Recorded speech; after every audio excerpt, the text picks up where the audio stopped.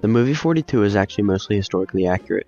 Jackie Robinson's widow, Rachel Robinson, assisted in the development of the movie so as to make the movie as accurate as possible. However, there were several omissions made and historically inaccurate nuances in order to fit the movie into a time frame, such as the other black baseball players of the time and few minor details that are wrong within the movie.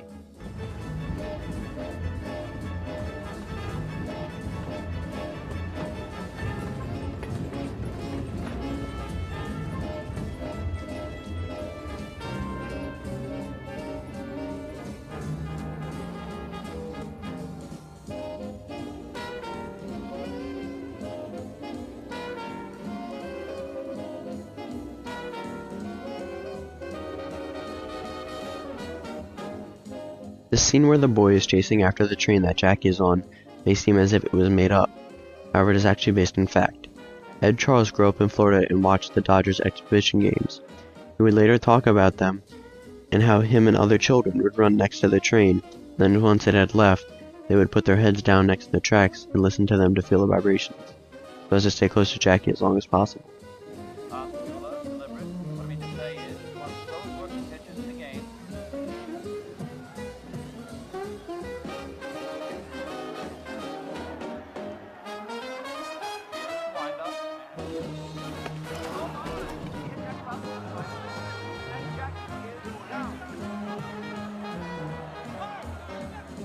While in this scene, Fritz Ostermuller actually did hit Robinson with the pitch.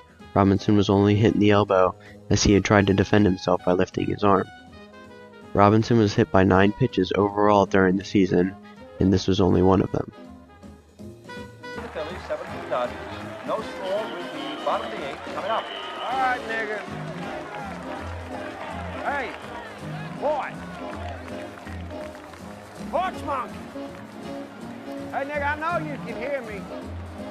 You know what you're here for, don't you? Huh? You're here to get the nigga dollars for Ricky at the gate. You don't belong here, nigga! Sit down. This is another one of the more accurate scenes in the movie. Robinson did actually have to deal with racism from Ben Chapman. However, he did not actually smash his bat after the fact. Later on in the movie, a photo op was scheduled so that the Phillies could save face. This photo op between Robinson and the Phillies manager Ben Chapman was completely factual. This is the actual photograph that was taken, so even Robinson offering to hold the same bat rather than having Chapman shake his hand is based in fact. While there are several of these factual nuances throughout the movie, the most glaringly obvious fictitious elements of the movie are the various facts about other Negro baseball players at the time which are omitted. The movie also ends up omitting knowledge that Robinson would have had, such as Robinson never having heard of the Pittsburgh Courier. During Jackie Robinson's first meeting with Wendell Smith in the movie, he acts as if he does not know what the Pittsburgh Courier is. This is one of those minor nuances that are fiction in the movie. Jackson would have known what the Courier was as a black athlete because it was one of the leading black newspapers of the time, comparable to how people know Time magazine today. Wendell Smith was also responsible for recommending Robinson to the Brooklyn Dodgers. Later on, Jackie would credit Wendell with his career because of this recommendation. In 1946, Jackie Robinson was not the only black player at the Montreal Royale spring training. There was also pitcher John Wright, and in the movie, it is juxtaposed Jackie Robinson and his reporter Wendell raving segregationist Florida. In real life, however, it was actually Robinson, Wright, Smith, and photographer Billy Rowe. Some of the minor factual nuances in the movie were also the reasons for Leo Durocher's suspension. While in the movie, it was Commissioner Happy Chandler's concern for the feeling of the Catholic youth's ordination feeling about him sleeping with women who were not his wife.